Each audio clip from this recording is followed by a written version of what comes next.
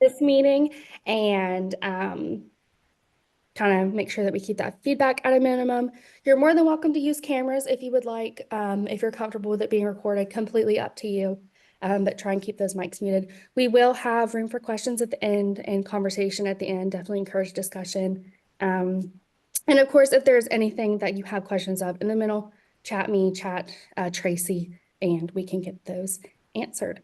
So Tracy, I'm going to go ahead and let you go, do a little introduction and get started.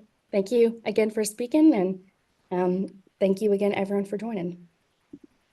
Yes, again, my name is Tracy Cochran, and I'm working as an intern and a victim advocate with the Rape Counselors of East Alabama with my program. I'm actually a student at Troy University, and I'm obtaining my master's in vocational rehabilitation counseling degree, and I was fortunate to join with this team and definitely have um, learned a lot and came into contact with some amazing people.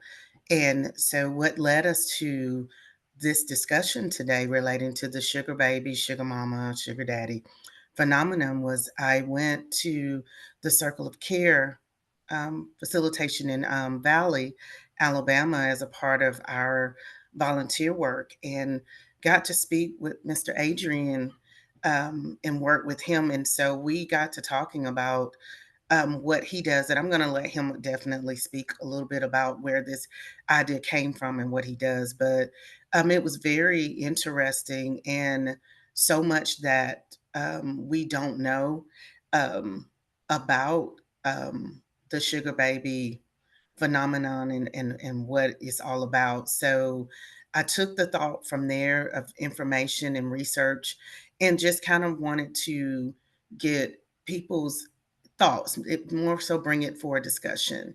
Not necessarily, it's not a wrong or right or, just a situation where we're making a determination, but based off of basically the phenomenon, what are the risks or what are the potential risk thoughts around it. And so that's where we're coming from in this topic and my panel guests. So I reached out to a couple of different persons to talk today. And so I'm going to share a PowerPoint, and unfortunately, I can't quite see when I'm doing one or the other. So I'll go from there. And when I get to the part where we start with our potential guests, I'll introduce based off of the way I have it set up. But if at any time, if you need to interject, if someone has a question, I know Faith mentioned that we'll have questions and discussion at the end. But please let me know if I need to go back or anything that we need to do. But again, thank you, and I hope that you learn a lot as I was learning as well when I started digging into this topic. So um, I'm going to start it like this. Are y'all able to see my screen?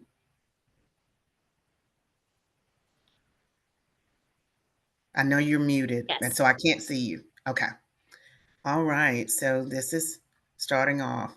And so basically, we came up with some topics of potential groups that could be most at risk. I'm sure there are more, but just for this particular slide, we kind of touched on like college students, LGBTQ community, single moms, young people over the age not living at home, and even young people that can be influenced even when they're in school, in grade school. I mean, because of maybe environmental factors. That's not on there, but definitely, what we see and what we're exposed to will definitely guide our thoughts sometimes and maybe decisions that normally we may or may not decide otherwise. So definitely want to consider that. And so what is sugar baby? So I went out and I was looking for a definition. So um, sugar baby is a person who receives financial support or gifts from an older, wealthier person in exchange for companionship or sexual intimacy. That definition could vary a little bit, but for the most part, that's basically is someone wealthy, whether it be male, female, or whichever, that is providing support to someone that's younger or in a situation where they need that support or they feel like they need that support. And so I took this information that you see on the right side from this author, Eliza, can't pronounce her last name, but we're going to say Eliza R. Confessions of a Short-Term Sugar Baby. And so, and it kind of gives you an idea of how long this has been going on. Hey, You Tracy, know, yes. I'm not sure if this is true for everyone else, but I think the screen recording may have paused because it's not changing slides with you. Okay. Let me,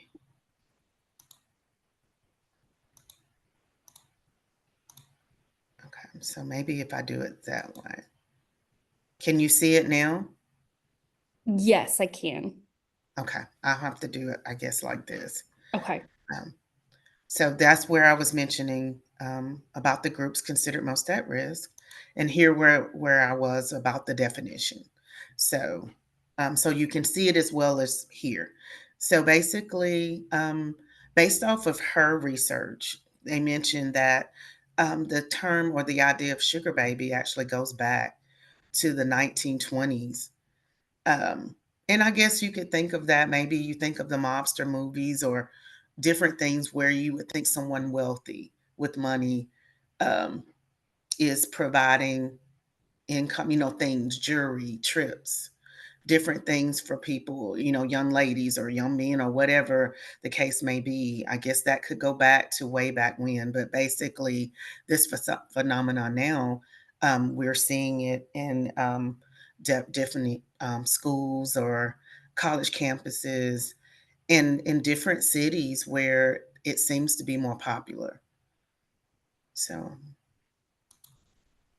and so here, I reached out and I kind of got a panel of my peers and from a different perspective of what they think the sugar baby, sugar daddy, sugar mama phenomena is and how it could be um, potentially seen as, whether harmful or what, just from their perspective, what do they think?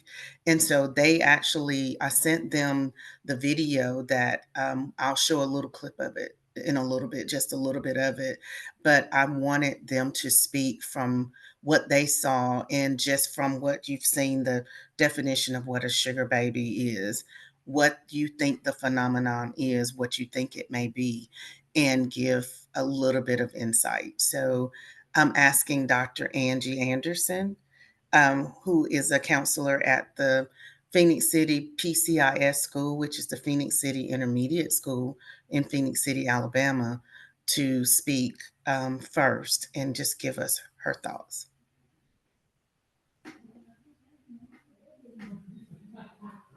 Okay. Hello, everybody.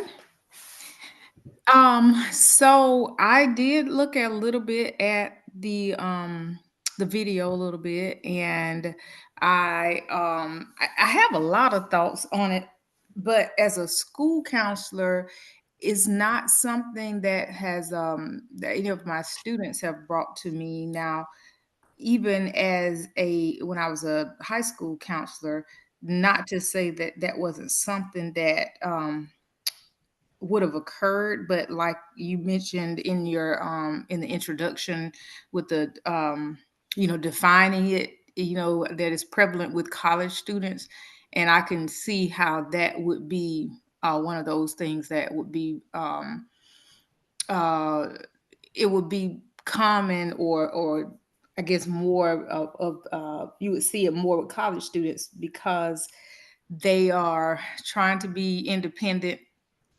And, if I think about when I was in college, I could see how you would get pulled into that situation. You're struggling, you have things that you want or things that you need. And if your parents are not able to provide it, and if you are, sometimes lacking self esteem and things like that, I can see how that, you can get caught up in that.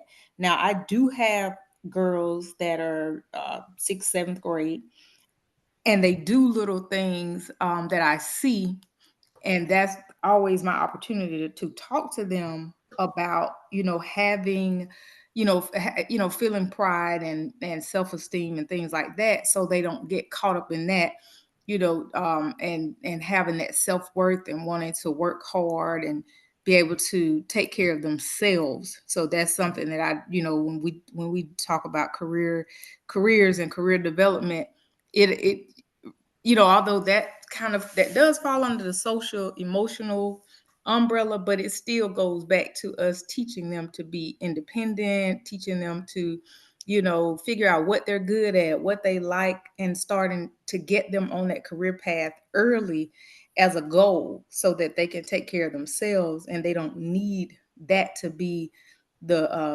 route that they take in order to obtain those things in life that they want. So, but yeah, and I'm not sure if I don't know if I'm talking around what you're asking about, but as far as perspective on the whole situation, I can see how those kids, I mean, how people in general can get caught up in that. But if I had to narrow it down, I would think that it has a lot to do with surroundings and influence. And if somebody does not influence them to go in one direction, it's easy to get caught up in something that seems to be easy, but they don't think of long term how that may impact them down the line, down the line. Definitely. No, you answered it perfect. That's exactly the thought. And I'm glad that you mentioned that of what you're teaching them even, or what you're seeing even in sixth and seventh graders. And that would make a difference too of maybe what would be important, even if it was tempting, of why they would or would not Mhm. consider it, even if financially it was very appealing, versus to someone that it maybe depend on what they've seen in their lifetime, as young as that age and as old as where they are now, that may not be a question or an issue. So thank you, Dr. Anderson, for sharing that. You're welcome. um, I know Mr. DeCarlos was attempting to get on. I'm not sure if he was able to get on yet. I'm trying to get back to my screen. Are y'all still able to see the slide though? Yes. Yes. Okay. And Carlos is on. Okay, great. So the next one, I have the perspective, the thoughts as a male college student. And Mr. DeCarlos Capel is a student at the University of Alabama in Tuscaloosa. And he's a seasoned student now, very proud to say. And so just from, and he's well rounded. He's been around and seen a lot of things in his, few years as a student. So just wanted him to speak of maybe first, if you've heard about it, what are your thoughts as a male? And basically hearing even from Dr. Anderson what she shared, but your thoughts on it. There's no wrong or right answer. Just what do you think about the sugar baby, sugar daddy, sugar mama phenomenon?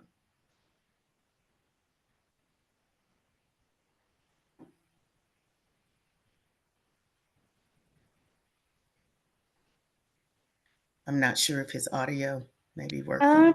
It looks like you're unmuted, but the audio is not coming through to Carlos. Um, Maybe check the audio settings.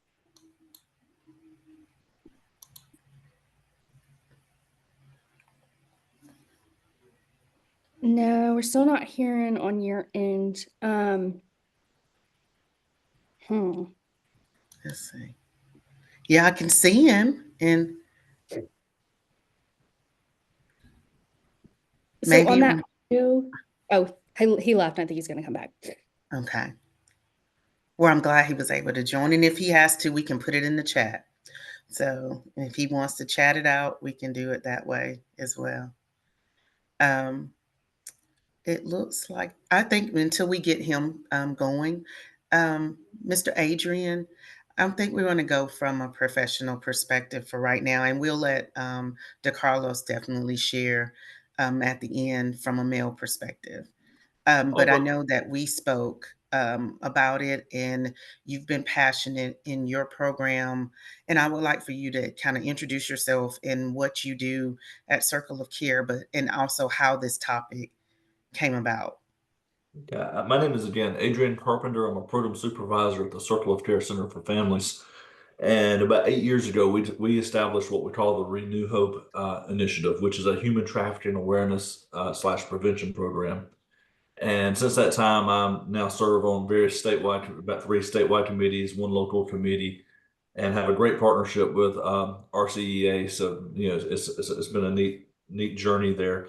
We first started talking really across the state as professionals about the idea of the sugar daddy, sugar baby phenomenon, and sugar mamas as well. But for us, what we saw is as we stated earlier, some of those vulnerabilities. Some people may not like that word for this, but people that are more prone to be targeted or by the sugar baby phenomenon, and the same vulnerabilities for human trafficking are essentially the same. So the vulnerabilities, if you want to consider vulnerabilities for the sugar dating phenomenon, and as vulnerabilities, and then the vulnerabilities for trafficking that we definitely have documented, they line up perfectly. And as we've done presentations and as we've interviewed people across the state and discussed with people, one of the things we've learned from our survivors are the different strategies employed by human traffickers and almost the grooming process that we would have always looked at with child sexual abuse. And one of those platforms that have really we've seen a lot of surge in are online dating platforms. So when a lot of the vulnerabilities line up the same, and we see that online dating programs and so forth are being used by traffickers, we're not saying that everybody that's in a sugar relationship is being trafficked, but we see the vulnerabilities lining up there in a way that could be could be more likely to happen.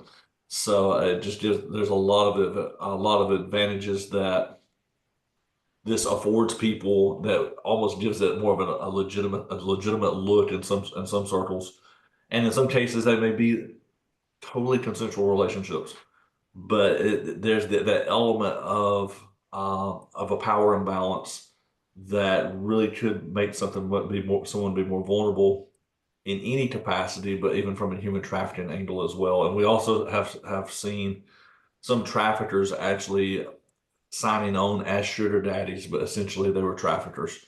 So that's where we've really started exploring this and really trying to hone in on how to almost have a separate messaging as we present this program. One to adults and professionals, and another to how do we address this to those vulnerable populations? Because we want to do that in a respectful way as well. So we're sort of weighing out those options, but that's sort of where we have been in this journey. Awesome. Thank you for that, Mr. Adrian. Um, I see DeCarlos may have been still having issues, but I want to say that definitely to expand on that, it kind of goes back to what we've all been saying, but I guess even like you said, if it's consensual, but at the same time, to what extent is there possibly exploitation, um, manipulation, and then the guilt or the idea, okay, as if someone does consent, and maybe like Dr. Anderson mentioned, maybe there is esteem issues, or that they just maybe didn't have a role model that showed them anything different, that they of course will take these things. Someone's going to take you to Paris, or someone's going to take you on this extravagant trip, and they buy you these beautiful gifts, and with no strings attached, as they say. But then at what point, if that changes, does it become a manipulation? Or could it be, if they're telling you, oh no, I just want you to come with me to an event, or whatever the case may be, and then they do attempt to make a move on them sexually, if normally they would not have consented or would not be with someone to that level, do they feel obligated because this person is paying their rent or buying their clothes, but taking them out?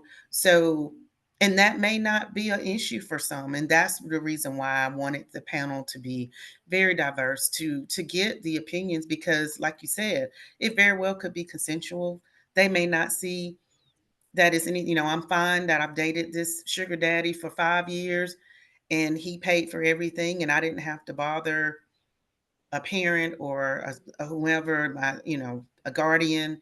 But would you have maybe possibly made those decisions if they were not doing what they were doing for you? Would you have even considered, would you think that person was, not say a pervert, but, um, out of line or inappropriate, approaching you if the situation was different, if they were just a regular person approaching a young person in that manner, even to be an escort or to go with them to an event? Would that even be a consideration? So And Tracy, definitely something to share. if I can jump in and add one thing real quick, as piggybacking off what you said, and I'll this will be my part, but yeah, one thing to remember for human trafficking, if we're talking sex trafficking and not labor trafficking, basically it's a commercial sex act in which there's an element of force, fraud, or coercion. And it doesn't have to be force, fraud, and coercion, it's force, fraud, or. So if there's money exchanging hands and sex is involved, there's the argument that there is it's a commercial act. And then we have to look at, was there, in these cases, most of these cases, that force may not be the issue, but was there fraud? Were there are there promises being made that may not necessarily be fulfilled? Or again, it's sort of what you just said. Is there an element of coercion where someone's being pushed to go further than they really, or deeper into the relationship than they wanted to be in?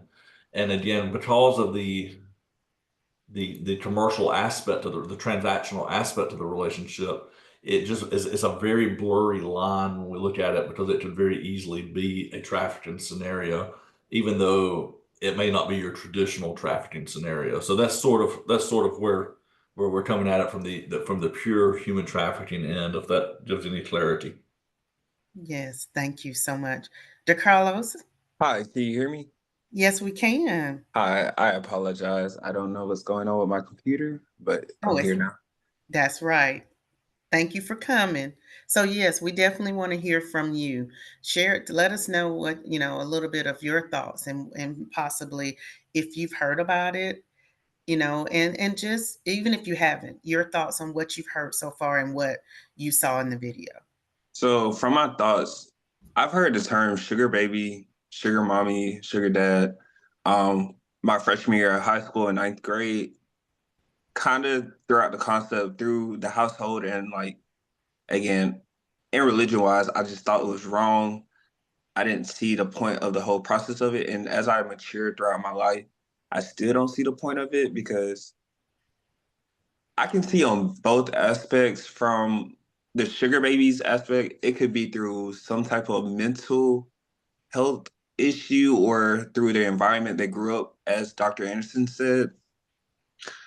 On the sugar mommy, sugar dad's part, I don't under, excuse me, I don't understand the aspect due to the point to where, let's say to the point they have a child who's the same age as the sugar babies or sugar moms. They wouldn't want their child to be in that position. So in my mind, I'm always trying to see, like, why would they do that? If they wouldn't see their own children in that position, why would they put someone else's child in that position? Um, Another thing, it could be again on the aspect to where each opposing side is getting something out of it. On the sugar baby side, they're getting materialistic things, money, and all this. On the sugar dad's, sugar mom side, it could be either pleasure or some type of, in my mind, I kind of see it as a fetish. And as we all know, the term fetish has a negative connotation to it. So when that comes, in my mind, I always see on the older person or the older individual's aspect, why can you not find someone who's close to your age, and why in my mind, I say prey on someone who's younger than you. I call it grooming, or it's something to where they're trying to grasp onto someone younger to them and try to take advantage in my aspect. Okay. So yes. Thank you. Thank you for sharing that, from your perspective. I like that. But I mean, and definitely I'm sure there are others that maybe that have done it or that is, taking part in it now that would have an argument of why it works for them. But I agree of that, and it still comes back to manipulation, exploitation of some sort. And maybe like if there's self-worth of, is that dress worth it? I mean, not to say, I mean, if that's how they feel, it's no different than someone wanting to be an exotic dancer. If they choose to, if that pays their income and they're fine with that, I mean, that's their choice to do, and to what extent that they choose to do that type of job. It's not for me or anyone else to decide. But then it does bring the thoughts of, what else could we've done? And like you mentioned, which I'm very glad, as a young man, of, from a parent, why would you want to date someone that's the age of your child? Or, why wouldn't you think that you wouldn't want that for your child? Why would you think someone else's child should not be considered the same way from that view? Not to say wrong or right, but from that view. And then at what point? What about the ones that when they're done? So when does it end? Of, is that through your 4 years or 4.5, 5 years of college, and you want to cut it off? How, at what point is that where, you may see trauma or assault, sexual assault or harassment or whatever, if that connection, if that other party does not want to end that relationship. So I guess basically at the idea of what are you possibly putting at risk by taking these things or putting yourself in a position to be a sugar baby at any point. So Yes, ma'am. yeah. So thank you so much. Thank you all for your input on that. Definitely, I'm going to show real quick just a little clip of it. So for the ones that haven't seen, this is just one. There were several different ones, but I'm just going to show just. Oh, I'm sorry, Faith. Go ahead. No, you're fine. You're fine. I was actually going to comment on something that DeCarlo said that I thought was an interesting aspect before we get into the video.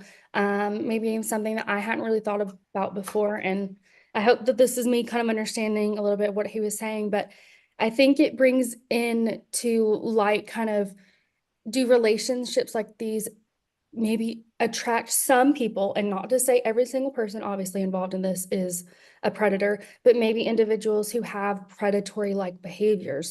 Does this allow for them to almost act on those in a more ethical way because both parties, are being seen as gaining advantage from them? So I thought that was a really interesting point, if that's, kind of the point he was getting at, talking about, okay, maybe this does attract some people, or at least open the door for some of those relationships that in other situations we might automatically, red flag go up, that's not appropriate. What does it look like now? So I thought that was interesting. That's just kind of my piece that I had on it. I agree. Definite. Anybody else before I go forward? Okay. I'm going to go to the video part, or attempt to anyway. Let me see. Okay.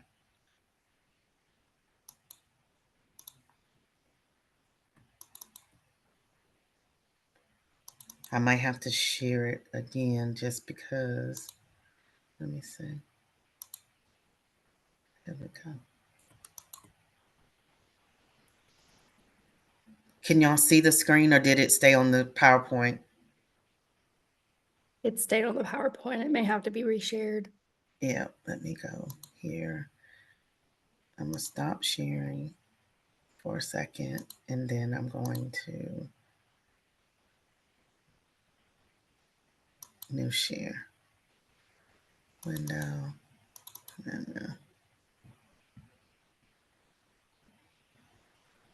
Okay. Share. It may sound like a demeaning term, but incredibly, there are now more than 200,000 young Australian women who have either become or are trying to be sugar babies.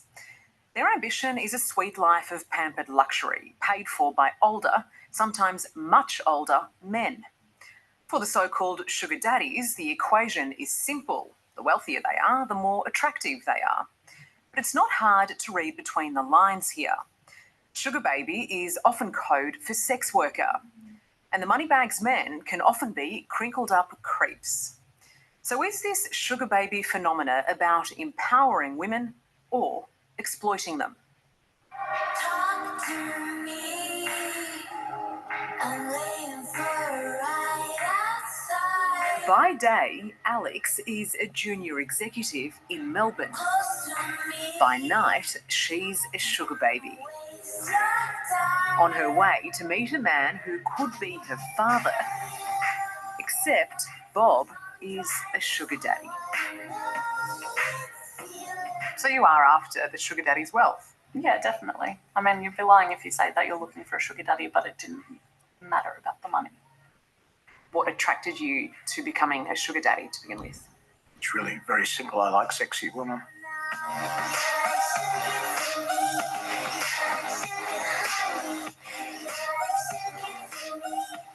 It's sold as the perfect arrangement for modern times. Oh, hello.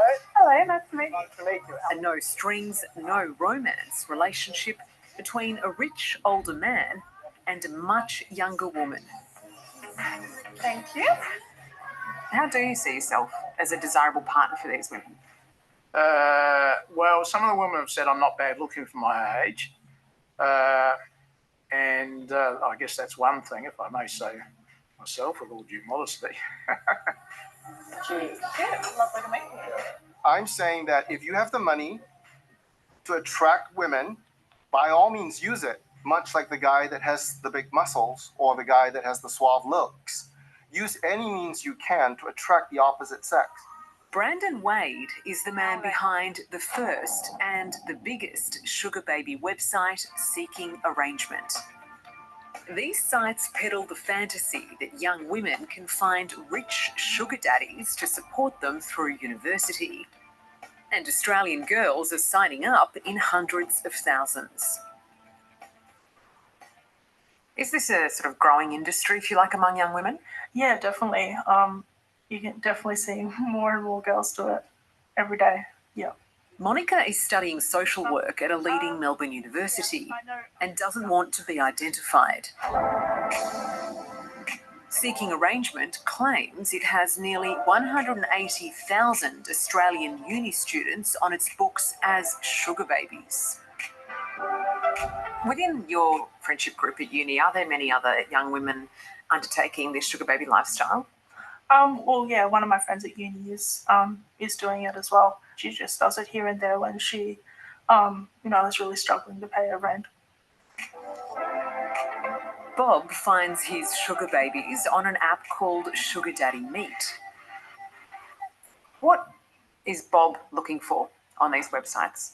Sexy young women with whom I can have a rapport. And sex is just part of that package? Sex is part of the package. Do you have a type? Do you have an age bracket? I don't have a specific age bracket. I usually say no older than 60, but a younger age, I don't usually go younger than 30. How lucrative is this for you? So for me, I probably get between 1,000 and 2,500 a month between like gifts and physical cash. If you are poor and you're constantly hanging out with the poor people, you're never going to find opportunities in life. Profound philosophy. Oh, it's true. All right. So Born in Singapore, let me Brandon see if I Wade can now cut it off. All right. So I just wanted to give a little bit of that. Let me go back to my PowerPoint. So basically, you saw for the part of the video that we saw and the ones that saw it, do you have any more insight? Do you have anything that you would like to add to what has already been said for the ones that had not seen or did not know what the sugar baby or sugar daddy phenomenon was. And after seeing a little bit of the video of that situation, what are your thoughts?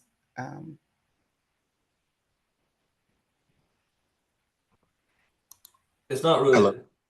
I'm sorry. Go ahead, sir. Oh, sorry.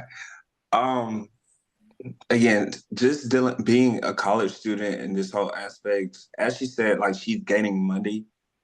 Yes, I would say that's beneficial, but at what gain are you truly gaining from it? Like, besides the monetary values of it, are you gaining some type of emotional type of support for this? Also, and what return? Again, I know she didn't want to be identified, but I'm just still trying to figure out. I'm always a why person. I'm always trying to get to the inner depths of why is this occurring? What steps led to this occurring, and like how can this be solved in what way? Again, I'm not judging. Again, everyone has their each his own to where that's their type of thing, but it's more what are you using this money for, or how are your parents feeling about this? How are you a religious person? It's just all posing different questions I have about this. So yes. Awesome. Thank you to Carlos. Anybody else? For me, it doesn't necessarily change anything, but I would like to just sort of point out, and since they brought up seeking arrangement, which is actually, I think, shortened now to seeking.com. If you ever want to Google seekingarrangement.com billboards, you really start seeing the level of exploitation. And billboards are actually put in university towns and along different vulnerable spots. Closer to the border, you'll see a billboard: undocumented citizen, need access to the United States, become a sugar baby.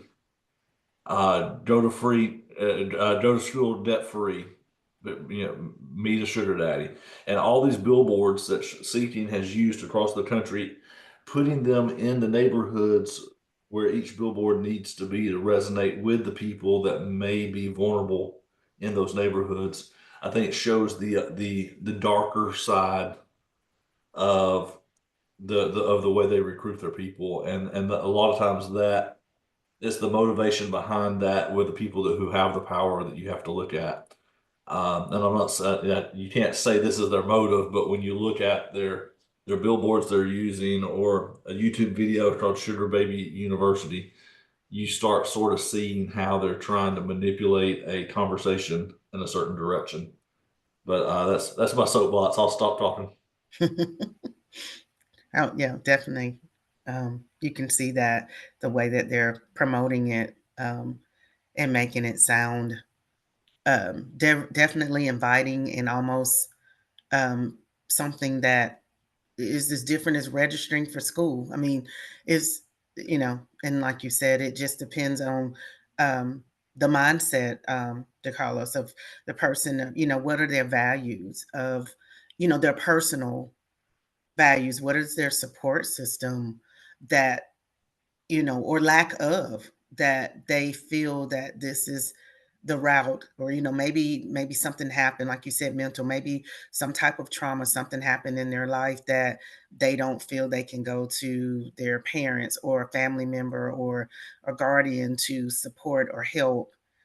And that's where they make it tempting, like you said, Mr. Adrian, with billboards and in options that sound like they're, a benefit, but could be exploitation, definitely, and manipulation, and promises that, at what point will the situation change?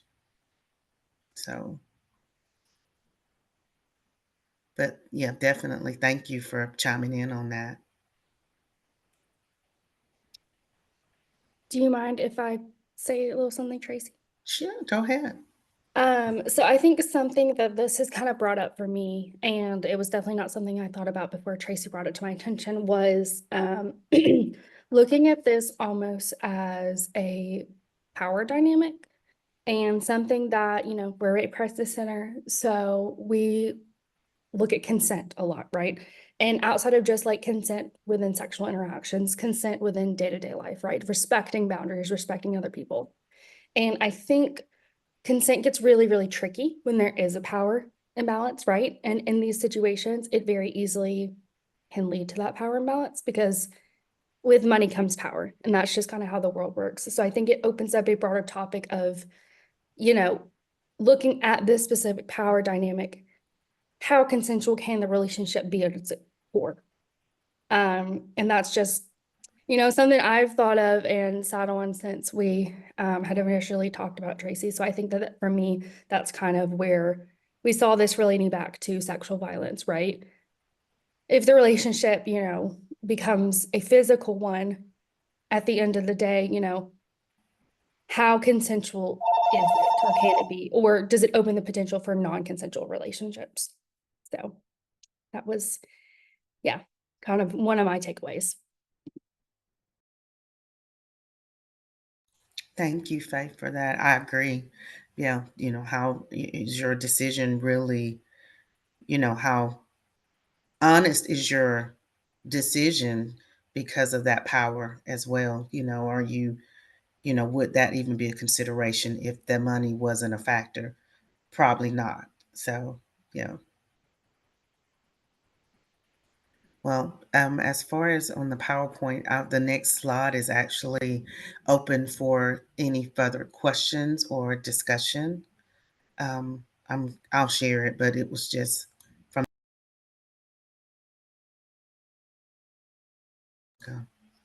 Let me go and pull it. So let me come here and let me share the last window. Okay. Can y'all see the final thoughts and takeaways? I can't see it on my end. Okay, not yet. Well, basically, here, yeah, I didn't click it all the way. I apologize. I believe it's this one. There we go. How about now? Yes, ma'am. Yes. All right. So, and I purposely chose this one as the sky's the limits. But basically, final thoughts and takeaways from this topic today. It was just a question for everyone. Do you think in the next, let's say, 2 to 3 years, or actually 2 to 4 years, do you think this whole system, again, it's even in their eyes, they don't consider it sex trafficking, but do you think this whole system will end?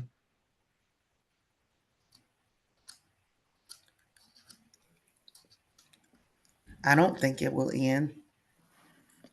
No, I think that I guess as people bring more things to light, but just like they're bringing it from a perspective of making it like a dating site and making it attractive, I think as more advocates and people like Mr. Adrian that they've researched it, and you know you're reaching out to people and following and putting information to make people aware of what's really happening. Because most people are, when they do the research, are intelligent, and if they can see past the glam and the lights to really kind of, just like from you took it and you took it from a personal place, but you were able to see, yes, I mean, it would be attractive if you needed your rent paid, but then you were able to see past that. And that sometimes comes from values or things, you know, and maybe your, you know, your spiritual foundation or in your circle. So I think as people become more educated on both aspects, it can be more revealed, but I don't think it'll go away just because money is power. So, but that's just my thought. That's my thought. Also, part of that question, um, do y'all think this should be educated into like school systems to like inform um minors all the way from, let's say, let's start at 6th grade all the way to their senior year of high school to 12th grade, and also continue educating those in college as well do y'all think that should be implemented into like the educational system? I'm gonna kind of jump in on this one because there are a lot of politics involved in that. So when you start getting stuff into the school district and they start looking at the curriculum and that gets tricky.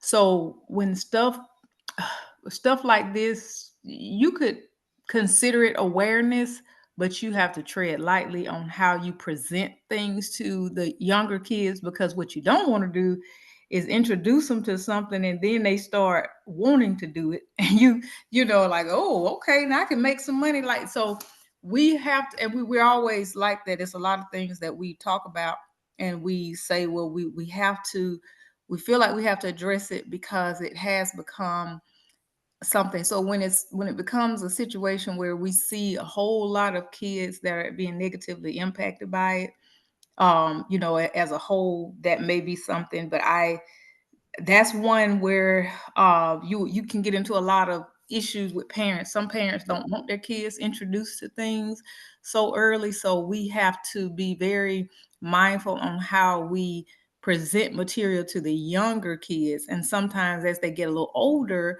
you're able to talk to them a little bit different, so the way that you deliver the message is different depending on the age. But again, when I'm talking to kids, it may not be, it's going to be indirectly anyway, because I'm always going to talk to them about basically being critical thinkers, thinking about their future, thinking about how things are going to impact them later in life, and all of those things, so that they can have those tools so they can make informed decisions if this is something that comes to them, and they start considering something like this, they can navigate through it. So you have a lot of students, a lot of kids who they have parents that influence them greatly.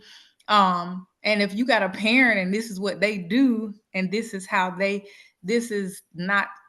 what they value, it's hard sometimes to get a younger person to see that this might not be the path you want to take, because of the negative things that come out of it, or could possibly come out of it later in life. I don't, so a lot of it is just like, the Carlos, like you were mentioning, when people have a foundation, a solid foundation, whether it's from parents themselves, influence, when you have other students that are doing the same thing, that can be, peer pressure, a lot of things. So kids just have to be developed individually, that individual person, to be strong and to be able to make good decisions and think about the consequences of their actions, no matter what it is. So those are things that the school has to kind of help them with, that those critical thinking skills, those those kinds of things. So it's really hard, because I know I couldn't go in and teach a lesson on sugar babies and sugar daddies and all that. I wouldn't be able to do that, but I can tell them if I see them doing something, or I see them going down the wrong road, or what I feel like could be consequential, I can talk to them and tell them, hey, when you do this, you become a target, or when you do these things, I'm not saying that it's right, I'm not saying it's wrong, but these are things that you may have to face. And so they can make a decision, like, and know that, hey, I don't want to have to deal with that, or I don't want, until I get to a certain age, but if you get into some of this stuff so early, by the time you realize that, this is not really what I wanted, then you've already made a lot of decisions, a lot of things that it's going to be hard to turn back from, especially when you have people that are super powerful and they want to control you and things like that. So it's a whole lot. There's a lot of layers in this topic that could go on and on and on. But yeah, but from what I do every day, it's just building those kids to be strong and be thinkers and be able to think and not let other people influence them in ways that might, have a negative impact on them.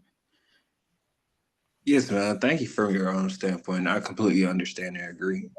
And one of my takeaways is, and one goes back to DeCarlos. DeCarlos, I just appreciate you being on here. Appreciate your insight and your opinions that you've shared today. That it's always nice to hear from the college age range. I do presentations in high schools and in colleges, and I did a presentation at a university recently.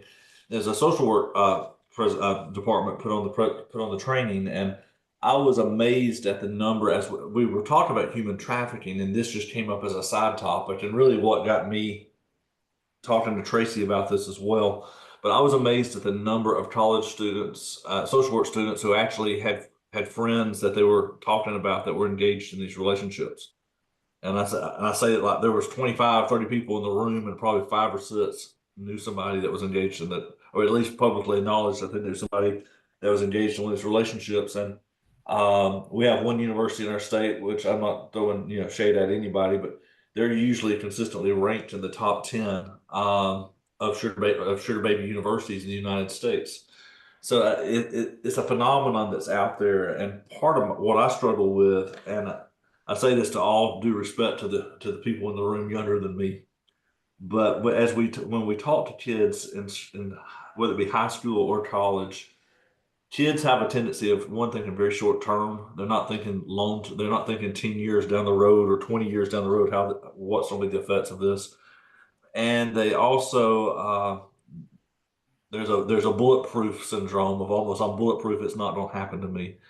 So when you're talking with kids, it makes it a little trickier sometimes. I know when I do my high school presentations, I took this out, but I mentioned that just as a side note, sort of that there are websites that you can literally buy and sell people on. And every time I did that presentation, whether it be a public high school, private high school, rural or urban, somebody would blurt out one of the website's names. And I pulled that out of the presentation because I did not want to basically advertise that website. So it comes with those type of responsibilities, but it's tricky. But I really appreciate your input today in this conversation. Yes. Thank y'all all so much for taking the time, and everybody that showed up and watched our Lunch and Learn today. Definitely want to say thank you. Thank you to the Rape Counselors of East Alabama for allowing me to elaborate a little more on this topic, and for my panel guests for your transparency today, as well as your time. And thank you, Faith, for allowing me and helping me with this, to just bring this a little bit more to light. For some, this was maybe a refresher. Some you thought you knew. And then it's something to take back and think a little bit more on, that, as you see things, that maybe we can be a positive influence to others, to hopefully prevent, which kind of goes back to what I'm doing with the rape counselors, to maybe prevent potential trauma or sexual assault, or the exploitation and all the different things that could lead to the human trafficking, the labor trafficking, all those things.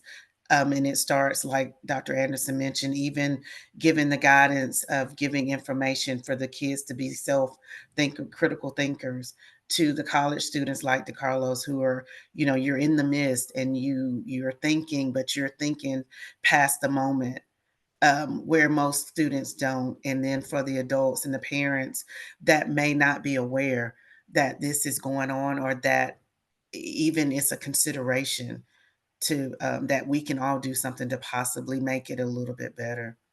So I thank you today, and I appreciate your time. Of course, thank you for the invitation. You're welcome. Yes. Thank you, Tracy, for, putting this together, getting these great panel members, and, bringing a topic that we haven't talked about before. So, great presentation. I put my email in the chat for anyone who may have questions, wants to get added to that email list, but we are right at 1 Central. So we're going to go ahead and let y'all get back to your work. Reach out if you have questions, and thank you for joining us. Bye-bye.